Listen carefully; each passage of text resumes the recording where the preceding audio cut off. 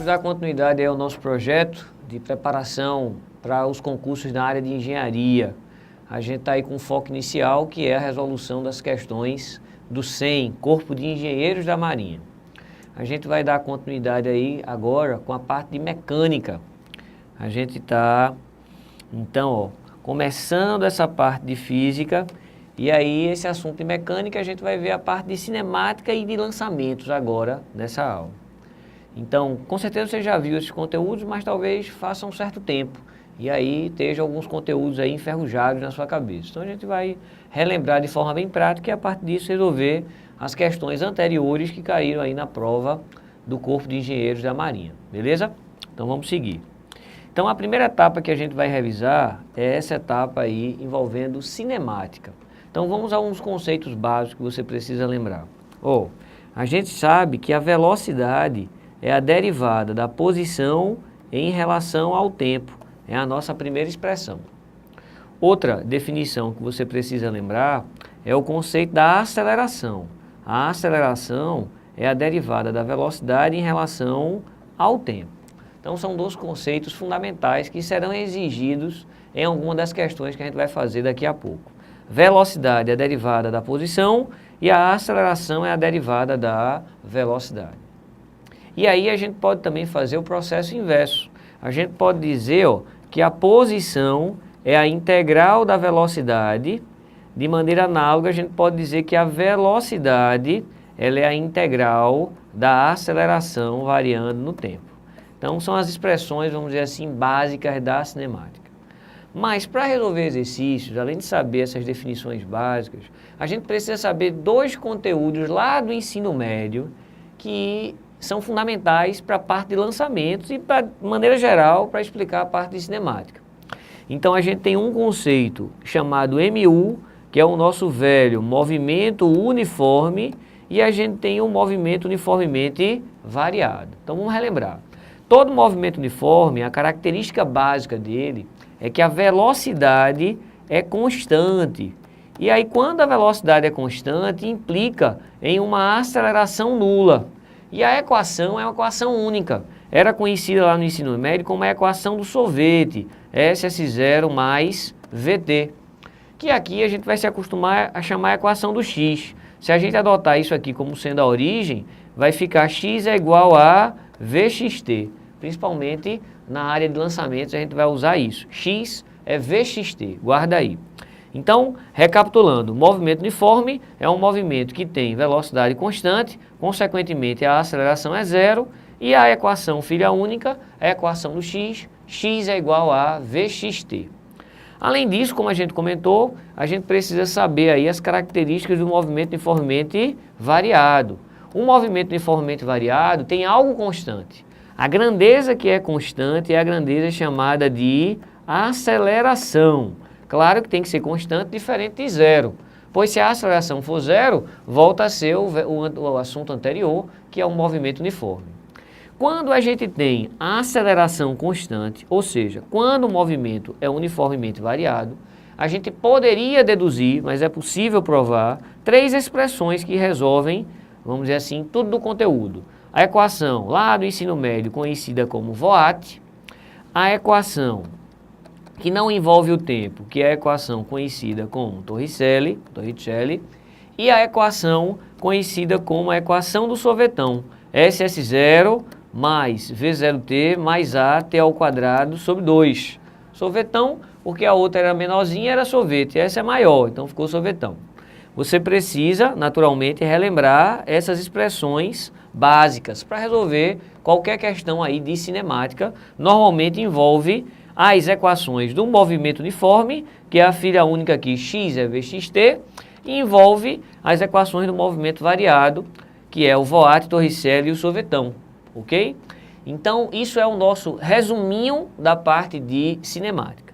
Poderíamos acrescentar também, na prática, quando a gente falou que o x é a integral da velocidade, lembrando que integral é o cálculo de uma área, só para deixar aqui registrado, toda vez que tiver um gráfico velocidade versus tempo, a área desse gráfico fornece para a gente o ΔX. Isso aqui representa geometricamente essa expressão. De maneira análoga, toda vez que tiver um gráfico aqui da aceleração em função do tempo, a área formada por essa figura vai fornecer para a gente o ΔV. Na prática, é uma outra maneira de escrever essa expressão. Tranquilo?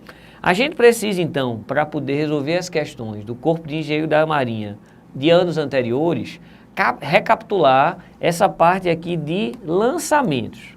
A gente vai começar esse lançamento que está formando um certo ângulo com a horizontal, um ângulo θ aí. Esse lançamento é o chamado lançamento oblíquo. A gente vai dizer que ele se divide em dois movimentos, ó. Um na direção X, que é um movimento uniforme, e um na direção Y, que é um movimento uniformemente variado. Isso porque existe uma aceleração na vertical, que é a nossa gravidade, que é uma aceleração constante. A aceleração ser constante garante que o movimento seja uniformemente variado. Já na horizontal aqui, ó, na direção X, não tem aceleração nenhuma. Se não tem aceleração nenhuma, é um movimento uniforme. Então a gente pode concluir da seguinte maneira essa parte do lançamento. Na direção X, por ser movimento uniforme, nós já sabemos que a equação relacionada então com o X é essa expressão aqui, ó, X é VXT. E se a gente adotar então a gravidade, se a gente adotar o referencial para cima, a gravidade que está para baixo, ela vai ter um sinal negativo. Claro que a gente pode adotar de forma diferente. Mas, ó, como o Y é um movimento uniformemente variado, a gente vai reescrever as equações do movimento variado colocando G, o sinal negativo. Então, o nosso VOAT nesse desenho ficaria VY, V0Y menos GT. A equação de Torricelli fica muito parecida. A diferença é que o que é A vira G e o sinal é negativo. E isso aqui eu vou chamar de ΔY, em vez de ΔS. E o sorvetão vira Y, Y0 mais V0YT menos GT ao quadrado sobre 2. Então, questões envolvendo lançamento oblíquo é uma mistura da equação do movimento uniforme com as equações do movimento uniformemente variado. É fundamental você lembrar que no ponto mais alto acontece algo especial no lançamento oblíquo. No ponto mais alto, não venha dizer que ele para, não. No ponto mais alto, ele tem Vx. E lembrando que o Vx daqui e o Vx daqui tem o mesmo valor, já que o movimento ele é uniforme. Mas no ponto mais alto, vou até colocar aqui de vermelho para frisar ainda mais, o Vy é zero, porque ele não sobe mais.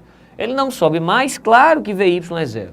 Então, se em algum momento for pedido, ache a altura máxima, isso significa que é justamente a posição, a altura em que a velocidade y é zero. Então, fique atento. Se for pedido, por exemplo, o tempo de subida, ora, o tempo de subida é exatamente fazer também Vy igual a zero. E se for pedido esse alcance aqui, ó, esse alcance está associado com a grandeza x. Esse x aqui vai virar o alcance. É Vx, mas não é qualquer tempo. Para sair daqui e chegar aqui, é o tempo de subida mais o tempo de descida. É o tempo de voo. Como a altura de partida, neste caso, é igual à altura de chegada, eu posso calcular o tempo de subida e multiplicar por 2. Então, esse tempo aqui, ó, vai virar o dobro do tempo de subida. E para calcular o tempo de subida, vai ser jogar nessa expressão, colocando esse Vy igual a zero. Não precisa mais memorizar as equações lá do ensino médio, de altura máxima, alcance. Você tem que saber o conteúdo para deduzir na hora, beleza? Pronto, esse foi o nosso resuminho, então, da parte de cinemática e da parte de lançamentos. Agora o que a gente vai fazer é resolver as questões anteriores aí do Corpo de Engenheiros da Marinha. Normalmente cai uma questão das 16 envolvendo essa parte de cinemática. É uma questão simples, é um conteúdo fácil, é um conteúdo introdutório. Então vale a pena você relembrar, pode ser até prazeroso, um degrau, caso você esteja aí enferrujado, é uma forma de se motivar, é um conteúdo tranquilo, então fica mais simples aí de fazer, de participar, ok? Então vamos aqui à primeira questão. É uma questão que, além da parte do lançamento, vai exigir um pouquinho de energia, mas é só lembrar a forma da energia cinética. Como era muito simples, eu já coloquei aqui dentro mesmo da parte envolvendo lançamentos. Vamos lá então, questão caiu em 2009. um ponto material de massa 1 desloca-se no plano XY, onde, em que y é a coordenada vertical, segundo a seguinte equação. Então está aqui a equação vetorial, hein? A gente vai comentar também um pouquinho dessa equação. Ele está dando para a gente aqui, ó, a coordenada horizontal até a vírgula e depois está dando a coordenada vertical. Na verdade, isso aqui, ó, representa quem é a grandeza x e isso aqui representa a grandeza y. Como aqui tem um t ao cubo e aqui tem um t à quarta, não tem nada a ver com movimento uniforme nem movimento variado. Porque movimento uniforme é aquela equação do sorvete, é uma função do primeiro grau.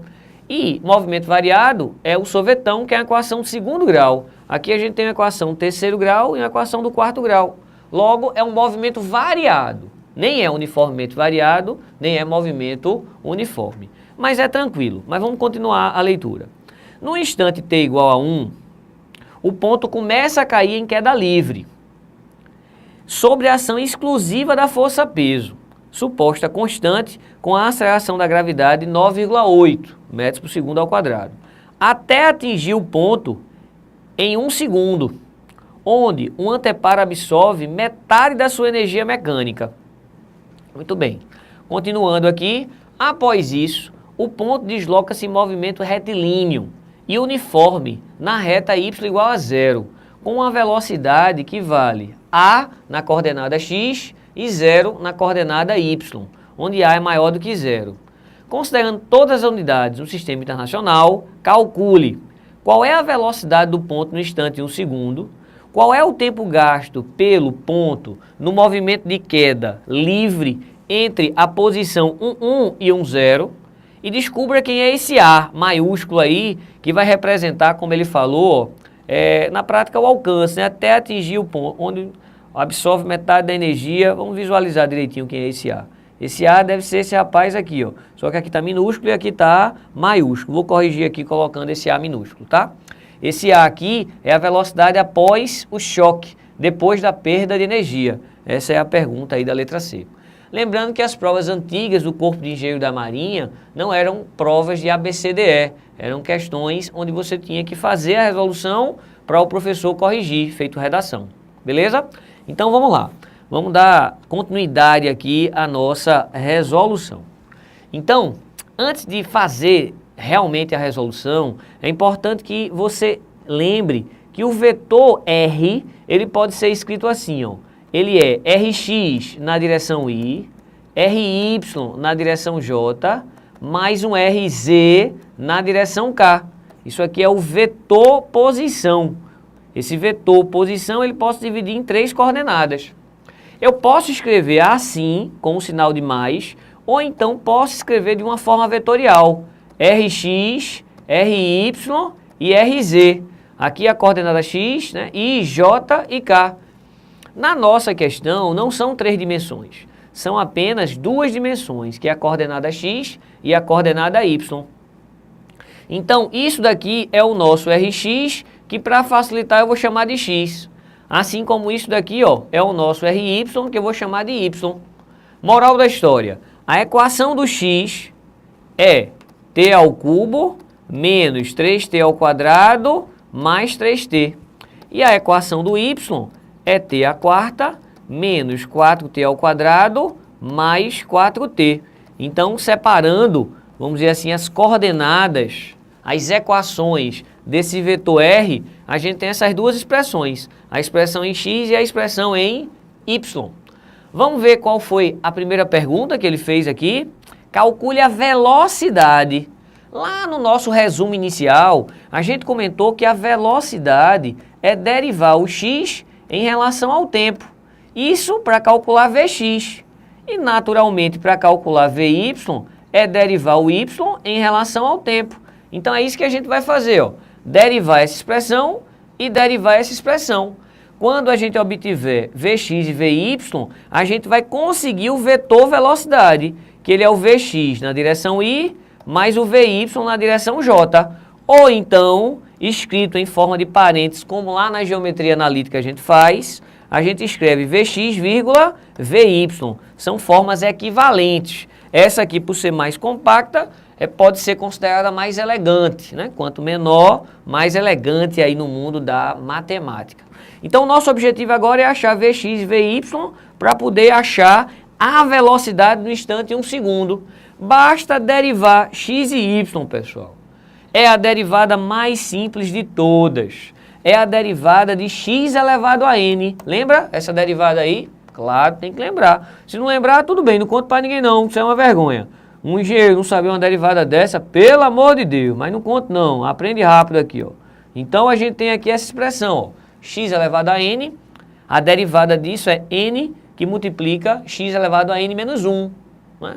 Para quem esqueceu bastante aí, x é terceira, meu filho, presta atenção, é 3x2. X a menos 2, como é que deriva isso? Menos 2x, quando diminuir um aqui, ó, vai ficar menos 3. E assim sucessivamente. Então essa é a ferramenta, vamos dizer assim, matemática que precisamos para resolver a nossa questão. Vamos pegar aqui, ó, a expressão que nós temos, x é t ao cubo, vou escrever aqui com calma para não errar, t ao cubo menos 3t ao quadrado mais 3t. Essa é a equação do x. Com a equação do x, a gente vai derivar, pois o Vx é dx dt.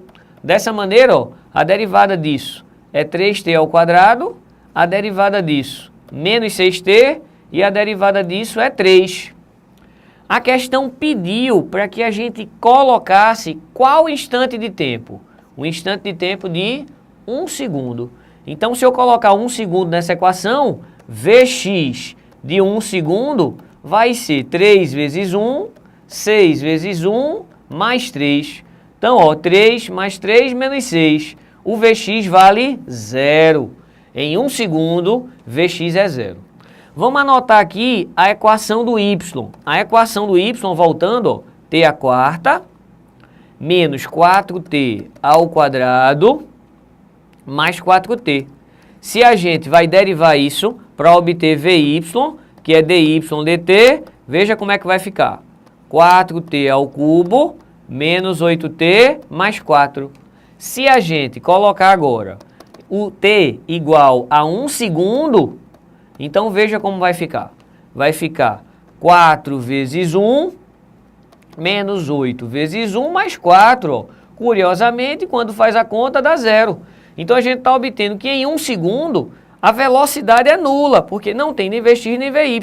Então eu posso escrever que o V em 1 segundo, que é justamente a letra A, é 0, é o vetor nulo. Então a partícula está em repouso em 1 segundo. Então está respondida a letra A. Precisamos seguir adiante aí, ó. Letra A respondida. A velocidade é nula no instante 1 segundo. Qual é o tempo gasto para que... aqui, ó, o tempo gasto pelo ponto no movimento de queda livre entre um 1 e um 0. Então vamos tentar fazer um desenho para representar melhor esses dois pontos aqui. Um desenho simples, ó. Vou colocar aqui um eixo XY. No início ele está na posição 1, 1. Então aqui é a 1, 1. Essa é a posição inicial. E no final ele está na posição 1, 0. Isso. Quando ele fala que o objeto está em queda livre, vamos reler de novo aqui o enunciado só para a gente prestar atenção.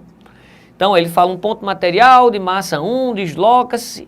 E essa equação aqui, ó, ela só é válida para esse instante aqui, ó, de 0 a 1 segundo. E quando é exatamente 1 segundo, a gente provou, né, fazendo os cálculos, que a velocidade se torna 0. No instante 1 segundo, ele passa a cair em queda livre. Era isso que eu queria lembrar a você. Em 1 segundo, a gente acabou de calcular que a velocidade aqui, ó, em 1 segundo, ela é 0.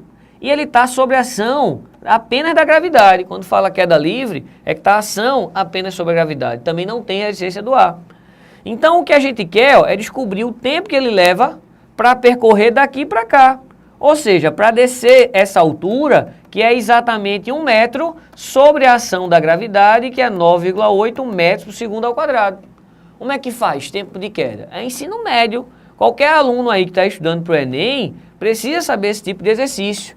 Olha aqui, ó, recapitulando no espaço maior. A velocidade que eu estou chamando de inicial, mas foi em 1 segundo, é 0. A gente quer que ele desça essa altura, que é 1 metro, que o enunciado forneceu, e queremos saber esse tempo de queda. Então a sugestão é jogar na fórmula do sorvetão. Normalmente eu escrevo assim, y igual a y0, v0yt. Como está caindo, eu vou colocar o referencial para baixo, aí a minha gravidade ela vai ficar positiva, porque vai estar a favor do referencial, gt ao quadrado sobre 2. Só que em particular, esse vy inicial aqui ó, é 0. Vou adotar o 0 da altura aqui em cima. E aí a gente termina, é só aplicar essa expressão. Não vai ser lindo os valores, porque o g não é 10, o g ele pediu para colocar 9 igual a 8, então a gente obedece. Ó. Esse y é a posição final, que é exatamente 1, tá? Esse y é 1. G é o nosso 9,8, t é o tempo de queda que queremos achar, sobre 2. Então, a gente pode dizer aqui, ó, esse 2, ele vai multiplicando, esse tempo de queda vai ser a raiz de 2 sobre 9,8. Não é muito bonito, não tem muito o que fazer. Vou pelo menos simplificar aqui, simplificar por 2. O tempo de queda vai ficar 1, né? Simplificando por 2 dá 1, raiz de 1 é 1. E aqui, raiz de 4,9. Pode racionalizar, vou deixar assim. Esse é o tempo de queda que representa para a gente a letra B. Mas ainda falta aqui, ó, a nossa letra C, uma questão relativamente longa. E lembrando que a letra C envolve uma parte de energia. E aí você precisa lembrar o que é que o enunciado falou. Então vamos lá, recapitular o que o enunciado falou. No instante t igual a 1, o ponto começa a cair em queda livre, sobre a ação da força-peso, suposta constante com tal aceleração da gravidade, até atingir o ponto 1, 0. A gente já comentou agorinha que esse ponto 1, 0 é a altura 0, ou seja, até atingir o chão. Em outras palavras, quando ele atingir o chão, aí o anteparo, ou seja, o chão, vai absorver metade da energia mecânica. E aí, depois que absorve metade da energia mecânica, ele vai passar a andar com essa velocidade aqui, ó. Não tem velocidade vertical, porque o Vy é 0, só tem velocidade horizontal, com o valor A. O Vx é A. Qual é o valor desse A? Então a gente vai dizer o seguinte, ó. Vê como é que eu vou responder. Recapitulando aqui o que a gente precisa. Nós tínhamos a bolinha em 1 segundo, em que a velocidade dela era 0. Ela caiu, a gente descobriu quanto tempo ela levou para cair, essa altura aqui que foi 1 metro. Mas ela, ao cair, na iminência de bater, ela tem uma certa velocidade. Eu vou chamar V1. Mas aqui vai haver uma perda da metade da energia, 50% de perda. E depois que bate, foi afirmado na questão que ele sai com uma velocidade horizontal, e essa velocidade horizontal tem valor A. Esse V2 aqui tem valor A. E justamente, que valor é esse? Então a gente pode dizer o seguinte, ó. A energia que tem aqui é a cinética, mas essa energia cinética não é igual a essa. Como perdeu 50%, essa energia cinética é a metade dessa. Então eu vou escrever isso. A energia cinética final vale 50% da energia cinética na iminência de bater, que eu vou chamar aqui de 1. Só que essa energia cinética aqui, ó, para ficar fácil a nossa conta, ela tem o mesmo valor da energia potencial. Não é? Aqui não houve a conservação da energia, toda energia potencial é transformada em energia cinética antes de bater, porque não houve perda de energia. Então eu posso dizer que a energia cinética final é 50% da energia potencial inicial. Lembra da forma da energia potencial? Claro que lembra. Energia potencial, ela é calculada como sendo mgh. E a energia cinética é mv² sobre 2. Então, o que a gente pode fazer aqui, ó, cortar a massa. Lembrar que sobre 2 é 0,5 igual a 0,5 GH. Podemos cortar esse 0,5. Esse V foi chamado de A, que é o nosso V2. A ao quadrado é G, que é 9,8 vezes 1. Então o valor da velocidade final, que é só essa componente que ele chamou de A, é raiz de 9,8. Esse A não é de aceleração não, é o valor da velocidade. No sistema internacional, a unidade está em metros por segundo. Aí sim, fechamos as três alternativas, né, três letras que foram pedidas aqui nessa questão de cinemática, envolvendo a parte de derivadas, envolvendo lançamentos e um pouquinho de energia. Beleza? Vamos continuar daqui a pouco. Um abraço.